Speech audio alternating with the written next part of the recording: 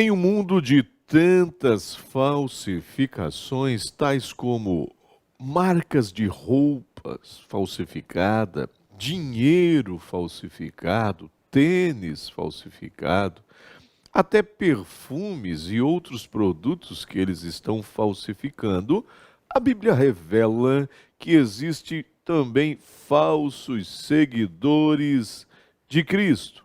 Veremos isso nessa lição.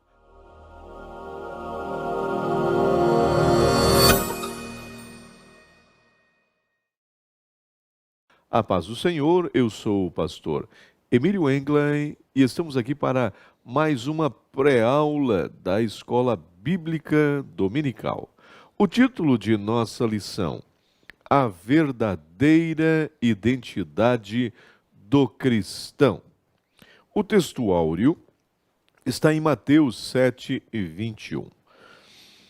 Nem todo o que diz ou que me diz, Senhor, Senhor, entrará no reino dos céus, mas aquele que faz a vontade de meu Pai que está nos céus.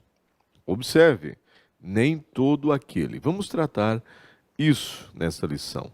Verdade prática. No reino de Deus, não basta ouvir para se identificar com o Salvador. É preciso praticar o que se aprendeu. Você ouviu bem? Não basta apenas ouvir. Nós precisamos colocar em prática.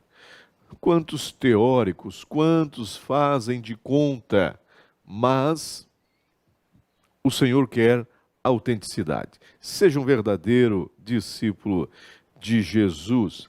Bem, nós estamos agora diante dos subsídios para a introdução e nós chegamos à última lição a respeito do Sermão do Monte. A última lição a respeito do Sermão do Monte, mas também a última lição do trimestre. Estamos chegando aqui na 13ª e foi muito bom estar aqui trazendo ensinamentos para vocês. Em sua mensagem conclusiva, porque o sermão de Jesus teve um início, meio e fim. Tudo muito bem aplicado, começando com a bem-aventurança e falando sobre aqueles que fazem de conta que são, mas não são. O nosso Senhor mostra que os discípulos dele devem fazer toda a diferença nesse mundo. Devem desenvolver uma verdadeira identidade de cristão. João diz que todos quantos os receberam, ou que receberam a Cristo como seu Salvador, tornaram-se filhos de Deus. Isso porque não nasceram nem da carne, nem do sangue, mas da vontade de Deus e não do homem. Então, observe isso. Nós nos tornamos filhos de Deus por meio de nosso novo nascimento, uma nova vida. Daqui para frente, doravante, passamos a portar em nós uma verdadeira identidade de filhos de Deus. Este é o propósito do Pai. Foi através da morte de seu Filho, Jesus Cristo, que nos tornamos semelhantes a Ele. A verdade é, o Pai quer que tenhamos os seus traços. Subsídios, então, para o tópico de número 1, a condenação dos falsos seguidores de Jesus. Uma fé só de palavras. Bem, uma fé só de palavras, ou podemos até dizer, uma religião verbalista. Muitos dos escribas e dos fariseus tinham em sua mente que, procedendo daquela forma, que os seus ensinos, que a forma como eles se relacionavam com Deus, era a crença correta. É dessa forma. Eles queriam mais demonstrar a aparência do que a essência em si. Mas Cristo vem na contramão deste pensamento. Vem trazendo totalmente ao contrário daquilo que eles haviam pensado ou ensinado. Sobre Cristo, sua natureza, e eles até chamavam de Senhor, o Deus dos céus, todavia não faziam parte do reino. É importante analisar uma coisa, é importante levar em consideração que Jesus não está, com esse ensino, combatendo a ortodoxia, o fato de preservar. Não, ele não está combatendo a ortodoxia. Era vital, a ortodoxia é vital na vida do cristão. Não podemos viver uma vida de aparência, é isso que o Senhor quer dizer. Uma vida cristã, nós não vamos poder viver se nós não acreditarmos que Jesus é o Filho de Deus, se nós não acreditarmos que Ele foi enviado pelo Pai, que Ele se fez carne para habitar em nós, que a gente fazer isso apenas de boca para fora ou da boca para fora não vai adiantar nada. Então nós precisamos analisar isso. Nós precisamos chamá-lo de Senhor e tê-lo como Senhor, senão não funciona. A grande questão que nós precisamos ter em mente é que ele precisa ser o nosso Senhor, senão nós cairemos em condenação. O segundo ponto ou subtópico, os milagres não transformam caráter. Olha só. O milagre, ele é voltado para o corpo, para o bem do corpo. Todo cristão deve estar consciente disso, de que vivemos em um mundo de fenômenos naturais e sobrenaturais. Os que lidam com as pesquisas e estão sempre buscando tais fenômenos vão logo conhecer que existem pessoas que demonstram ter poderes psíquicos, psicológicos, para realizar, adivinhar o futuro, falar em outros idiomas até mesmo sem ter estudado, expulsar demônios, lidar com espíritos. Com certeza isso existe no mundo. Feiticeiros como na África e outros que têm poderes terríveis. Não negamos que esses fenômenos existem. Alguns são naturais, outros são espirituais, e aí a gente precisa procurar discernir, porque há pelo menos 3 fontes desses poderes: o homem, Satanás e Deus. É preciso conhecer a real fonte, a fonte certa. E por este motivo, o apóstolo João vai dizer: vocês precisam discernir isso, não vão crer em qualquer espírito. É fácil para o mundo aplaudir aqueles que exibem supostos poderes miraculosos, obras que podem parecer verdadeiras, mas não são. Devemos ser conscientes de que simplesmente o fato de alguém realizar grandes feitos em nome de Cristo não é um critério correto para se dizer que tem comunhão com Cristo ou que é discípulo de Cristo. Outros sim, a aprovação da maioria não quer dizer que tal profeta é verdadeiro. As realizações poderão vir de uma das 3 fontes já mencionadas antes: homem, Deus ou Satanás. Isso precisa ter muita cautela para discernir essas coisas. O ponto 3 do primeiro tópico diz o seguinte: fazendo a vontade do Pai.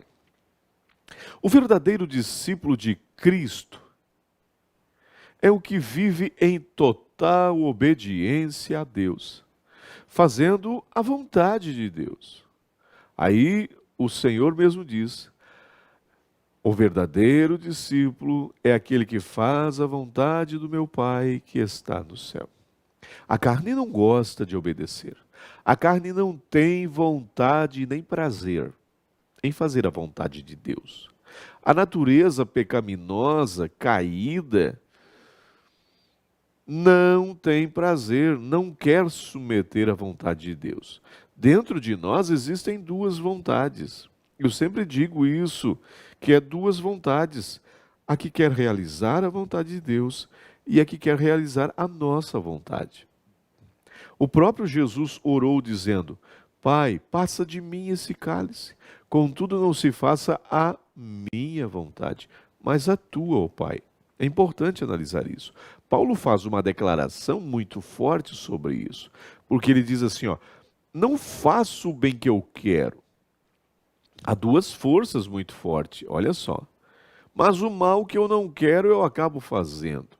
Ora, se eu faço o que não quero, já não faço, olha só, eu, mas o pecado que está em mim.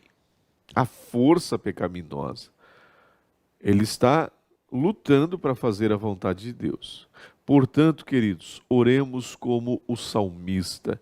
Ensina-me a fazer a tua vontade, ó Deus. Tu és o meu Deus. Guia-me pelo teu bom espírito por terreno plano. Ele não quer errar, então ele pede ao Senhor: ensina-me a fazer a tua vontade. Nós temos o tópico de número 2, subsídios para este tópico. Em que ou em quem estamos alicerçados? O alicerce começa pelo ouvir. Olha só, quem deseja entender a importância do ouvir deve atentar para o que Salomão falou. Salomão falou claramente algo muito interessante. Ele disse que a sabedoria vem pelo ouvir, não pelo muito falar, mas pelo ouvir. Falou que o ouvir é melhor do que qualquer outro sacrifício. Qualquer outro sacrifício. Aquele que despreza o ouvir, até a sua oração é abominável, ele diz. E responder antes de ouvir, como ele fala, isso é estultícia, pode ser tolice.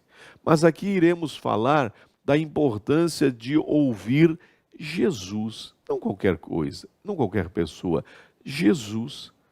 Afinal, ele foi o maior pedagogo que o mundo já conheceu. Nossa vida espiritual só pode começar a ser bem-sucedida, só pode começar a ter sucesso quando procurarmos ouvir Jesus. Assim, dele vêm as palavras de vida eterna. Mateus 7:24 começa com Jesus se expressando.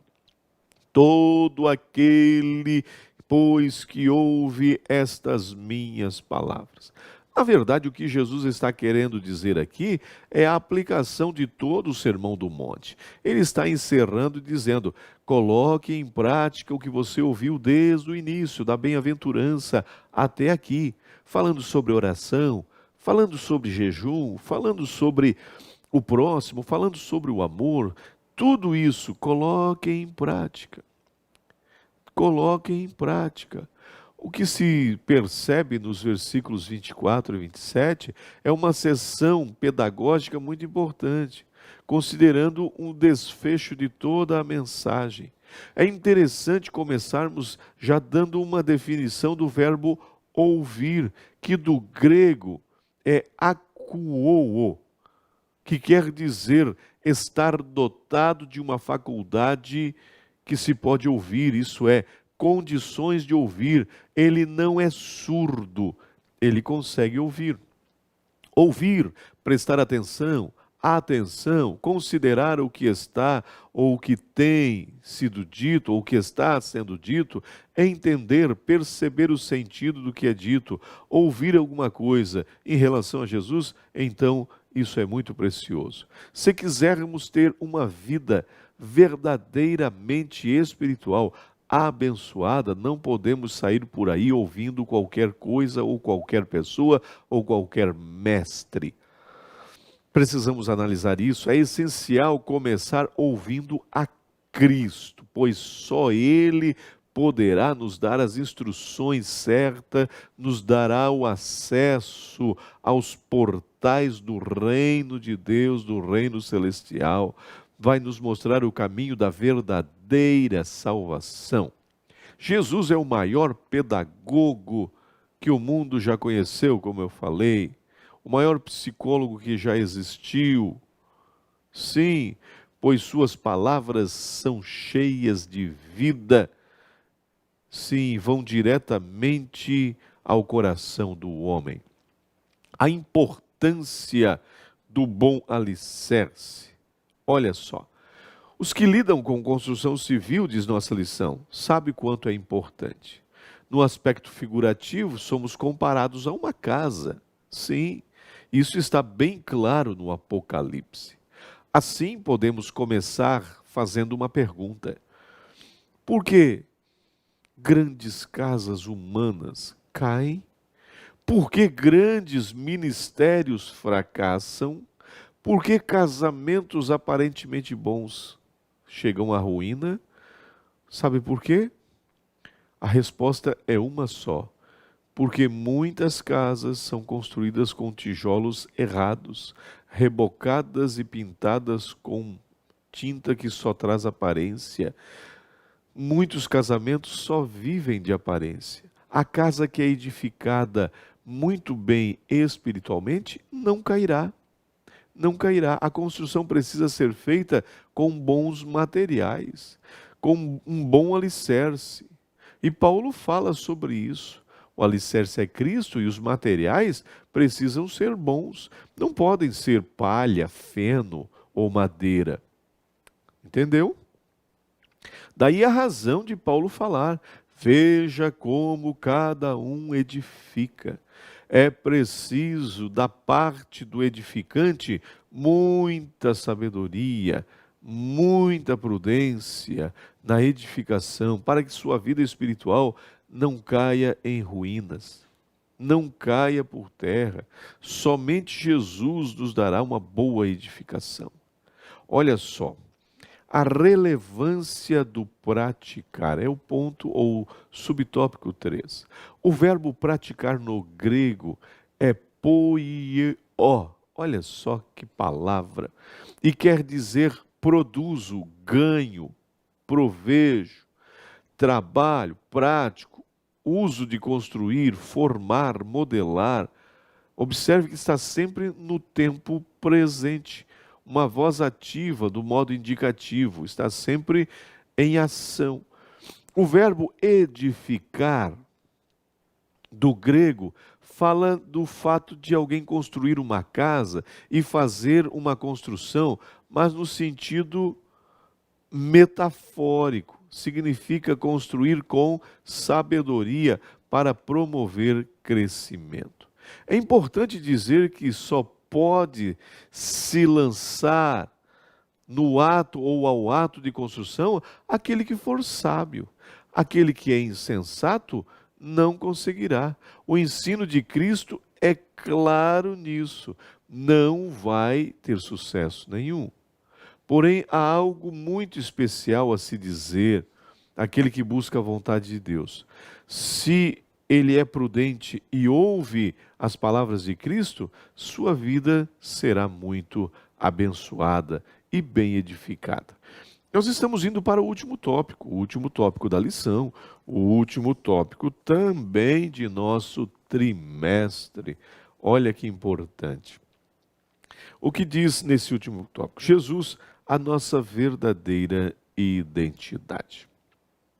Olha só, Jesus, o nosso maior pregador, encerra o tópico ou o Sermão do Monte, falando do pregador que pregou o Sermão do Monte. Interessante isso. Duas coisas caracterizam o ministério de Jesus: o ensino e a pregação. Ele fazia isso nas sinagogas. O culto era desenvolvido, ou o culto que era desenvolvido nas sinagogas era marcado pelo louvor, oração, leitura e exposição da lei, feita pelos rabinos e escribas da época, ou outra pessoa qualificada.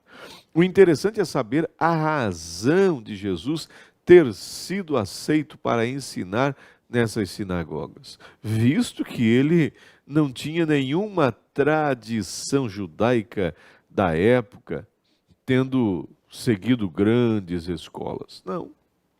Na verdade, o que se conjectura é que, devido aos grandes milagres operados pelos ensinos que proferia, era visto como um bom mestre, o que levou a ter uma aceitação. O propósito do ensino é transmitir conhecimento, porém, é muito mais do que isso. Trata-se da capacidade de uma pessoa ter ou tirar de uma teoria e levar a outra a praticar aquilo que foi transmitido, explicando de modo pormenorizado como deve se viver, como deve agir, obedecer aquilo que está sendo pregado. E isso Jesus fazia com muita excelência. A autoridade do ensino de Jesus, do ensino de Cristo, é o segundo subtópico. Observe algo interessante aqui. O que se tem em Mateus 7:28 é a conclusão de tudo que Jesus ensinou. Ele está concluindo e ele está dizendo: daqui para frente, essas palavras vão ter um efeito na vida de vocês. Psicologicamente falando, os ouvintes de Cristo estavam fora de si, fascinados, estupefatos, maravilhados com o ensino. Por quê? Por causa da autoridade de Jesus. A autoridade de Jesus que realmente movia o coração. Tá. E o que deixou eles impactados desta forma? Primeiro, o que causou impacto aos ouvintes, arrebatados dentro de si, foi a doutrina que ele ensinava, totalmente diferente daquilo que os outros ensinavam. E segundo, a autoridade que ele tinha. Quando falava, não eram palavras ocas, falsas, palavras sem nenhum sentido. Ele não ficava falando de tradições. Jesus era diferente quando pregava. Encerrando então, o último subtópico de nossa lição: Jesus como nossa identidade. O conceito de identidade é a qualidade de quem é idêntico. No latim, é o mesmo, aquilo que é idêntico. Jesus disse que deveríamos ser perfeitos como o Pai é perfeito. Observe um adjetivo perfeito, téleos, no grego, que fala de algo que não carece de mais nada, que já é adulto, que cresceu, que já está do tamanho certo, que é maior de idade. Fala de um crescimento espiritual. No momento em que nós nos identificamos com Cristo por meio de sua morte e depois por meio de seus ensinos e suas verdades, nós sempre vamos apontar para o Pai Celestial, procurando estar parecido com Deus através do seu caráter, querendo que os irmãos da Galácia tivessem a mesma identidade de Cristo. Observe, Paulo está dizendo: meus filhos, por quem de novo sofro as dores de parto, até que Cristo seja formado em vós. A identidade de Cristo. Esses cristãos haviam nascido de novo e ele queria que eles se tornassem parecidos com Cristo. Concluindo a nossa lição. Amados irmãos, percorremos a maior parte dos ensinos de Cristo no Sermão do Monte, desde a bem-aventurança até aqui. Todos os que realmente foram gerados pela semente incorruptível, os nascidos pela palavra, serão sempre revitalizados por Cristo, sobreviverão às tempestades e intempéries, porque construíram sobre a rocha. Somente assim produziremos os melhores ou as melhores virtudes, os melhores frutos, brilharemos como luz, conservaremos este mundo com sabor por causa do sal, seremos realmente discípulos verdadeiros de Cristo. Foi um prazer estar com vocês durante esse trimestre. Desejo as bênçãos de Deus e até a próxima lição, em nome de Jesus.